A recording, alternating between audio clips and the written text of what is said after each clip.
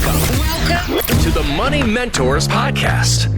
This Money Mentors podcast is about helping you with your retirement questions. So if you have a question for us, reach out online anytime at matsonfinancial.com. Well, between the election, football, holidays, there is a lot going on here in the fourth quarter of the year, which is why it's always helpful to focus on maybe just a few things that we can actually get accomplished financially before the end of the year. And this week's list comes to us here from Morningstar.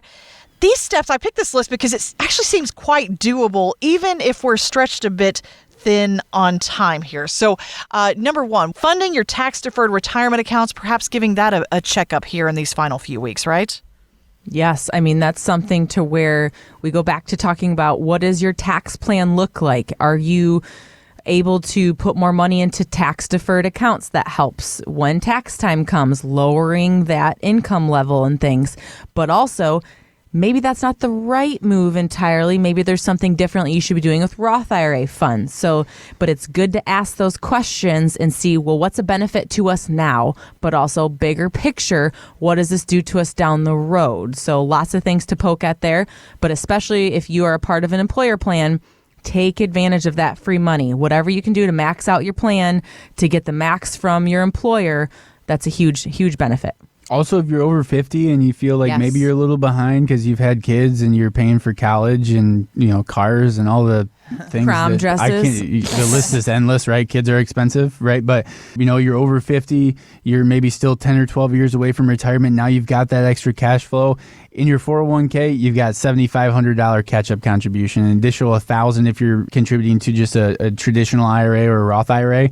So keep that in mind, right? This is another place that we can save additional money. Sometimes it doesn't make sense to put it all into the pre-tax or tax-deferred account.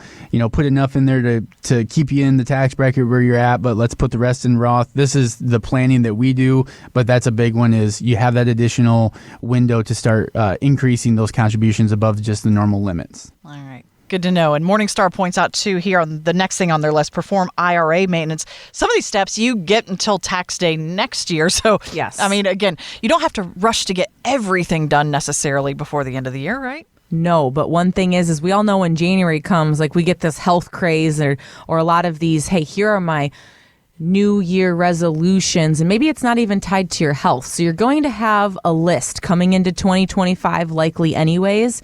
So if you can, check off those boxes a little bit prior to year end, but like you said, no reason to stress about it, right, Jennifer? Because we have until April 15th or tax time. But try to find that time to make sure you're taking advantage of it and you have a plan. Or better yet, sit down with one of our team members, our fiduciary advisors, because we do list legwork for you.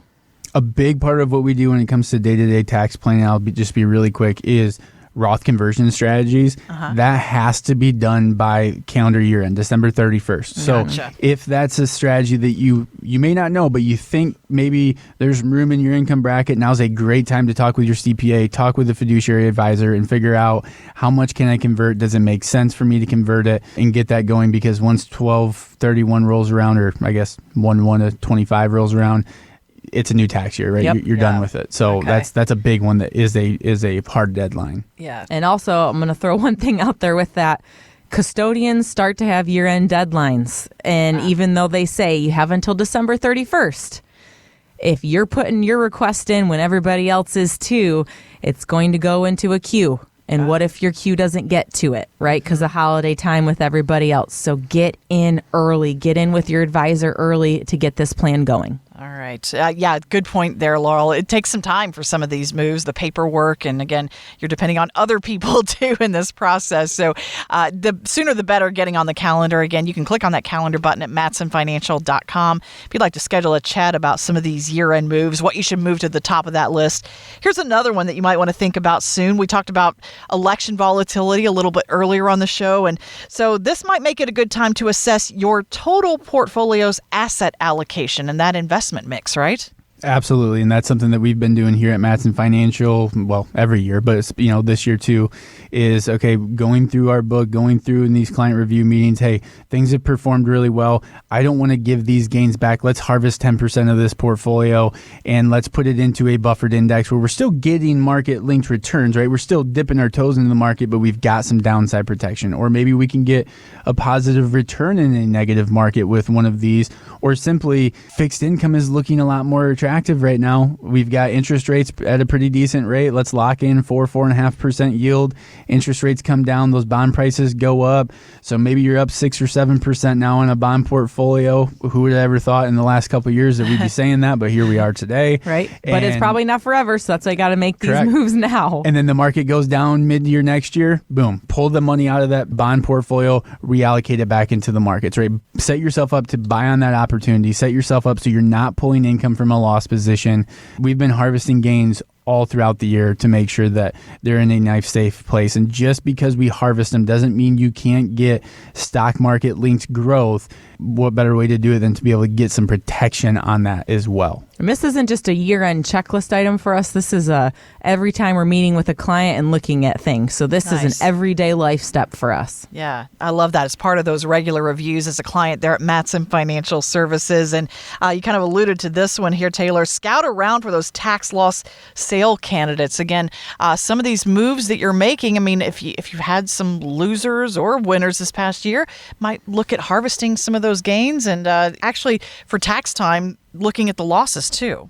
This is a really good one. Sometimes I have clients come through the door and they've got these stocks and like, yeah, this is a bad call on my end. And it's like, well, hindsight's 2020. Let's look at this glass half full. Opportunity. You got a $10,000 loss here and you're way over allocated in this stock that has a really low cost basis and lots of gains. So let's harvest some of that. Let's blow this stock out and let's offset that so we can then restructure, free up that cash and restructure the portfolio to fit more in line with your dreams, goals, and desires today, your risk profile today, and your future goals going forward. So sometimes losses aren't always a bad thing, especially in an after-tax account. Lemons into lemonade. There's always an opportunity, right? Absolutely. Always. Yeah.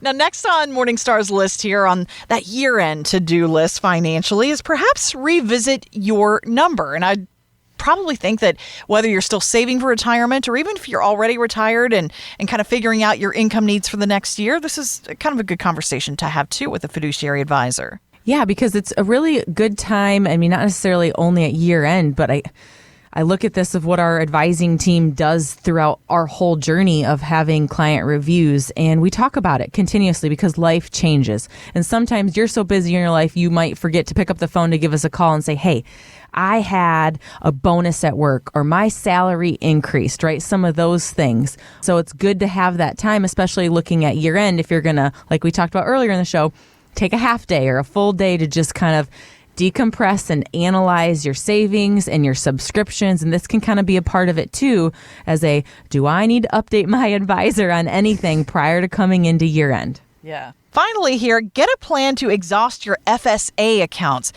Let's go over this because I think a lot of people are confused between FSA and what we talk a lot about here on the show, which is HSAs. But that FSA definitely has a year-end deadline. It does. You cannot carry forward a balance. So if you're putting money into the FSA and you don't spend it for things like dental appointments, glasses, contacts, doctor's visits, over-the-counter medications, why are you putting money in it to begin with? Right. Get that money out, spend it on those things throughout the course of the year.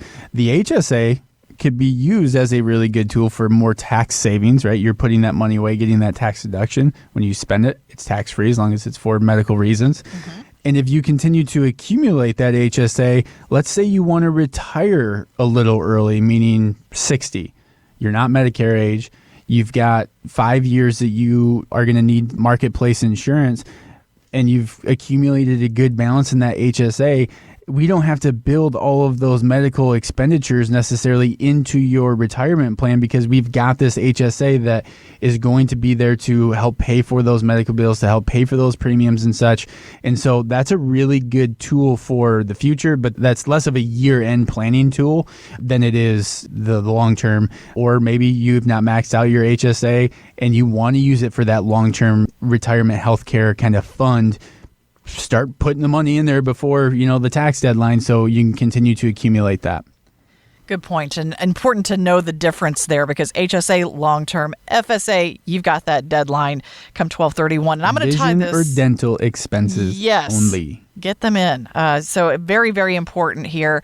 Now I want to go ahead and add one to the list here. Morningstar doesn't mention this, but we will at Matson Financial Services. This is why you have Matt there on the team too, talking about Medicare options this time of year with open enrollment there, and as well as the Marketplace Exchange. A lot of people, have to sign up for new plans. Perhaps if you've retired earlier than 65, he is very busy on that health solutions side this time of year. Medicare Matt is a busy man right now. He is, for sure. But it's awesome to have that because there's so much collaboration that our advisors can have with him about income and subsidies and what about taxation with plans? What are premiums going to look like? Because if you're making quite a bit of money, and Taylor can talk about the look back and yada, yada, but then your Medicare premiums are going to be higher. And so how do we work together as a unit? This is something we've had in our health and wealth for Matson Financial for a couple of years now. And it's so awesome to work with clients and keep going back and forth and keeping them in the loop because we found over the years that people signed up for a plan and they just set it and forget it. They never talk with their agent. Their agent doesn't contact them. And my goodness, Medicare and Marketplace insurance plans, they change so frequently. And so it is a vast environment, just like we talk about taxes or, government things in general. So to keep up on it, you need to have somebody who's an expert, and Medicare Matt is our expert. And he is the most passionate person I have ever met about health insurance. Like, if you're thinking like, man, talking about health insurance, Medicare is not going to be fun, you're going to be wrong. Matt is very energetic. He lives, eats, and sleeps Medicare and health insurance. He loves it. He does a great job. And yeah, it's one of those things that's not fun to review, but this year there have been a lot of changes, and I will leave that to Medicare Matt to explain. Oh, yeah. But there's been a lot of changes to insurance supplemental plans, to Advantage plans, and the Medicare system, just in general and moving forward. And again, it's one of those things where maybe you've been in Medicare for a while and you've had a plan for a while, but life changes and that plan may not be meeting your needs to the extent that it needs to now. Your prescription changed. Right? And who knows, that could be a savings, right? That's more money in your pocket. Of course, we don't want to pay more for the premiums and stuff that we don't need. So have a sit-down review. In fact, I took 3 phone calls this week, reviews with clients, and clients just calling in for other questions. And then all 3 of them brought up, hey, we've been in the Medicare system for 15 years now, but we don't hear from our agent. The last time I talked to him, he just signed us up for this plan, and the premiums are starting to get pretty spendy now, and I want to know what our options are. And I said, perfect, we got just the guy. He'll help you out. Want weekly lessons from your money mentors? Yes. Hit the subscribe button now and listen every weekend on Wood Radio. The opinions expressed in this program are for general informational purposes only and are not intended to provide specific advice or recommendations for any individual or on any specific security. To determine which investments may be appropriate for you, consult your financial advisor prior to investing. Any past performance discussed during this program is no guarantee of future results. Fee-based financial planning and investment services are offered by Matson Financial Services, LLC, an SEC-registered investment advisor. Insurance products and services offered through Lakeview Financial Group, LLC, Matson Financial Services, LLC, and Lakeview Financial Group are affiliated. To find out if Matson Financial Services is licensed in your state, please call 800-536-8907.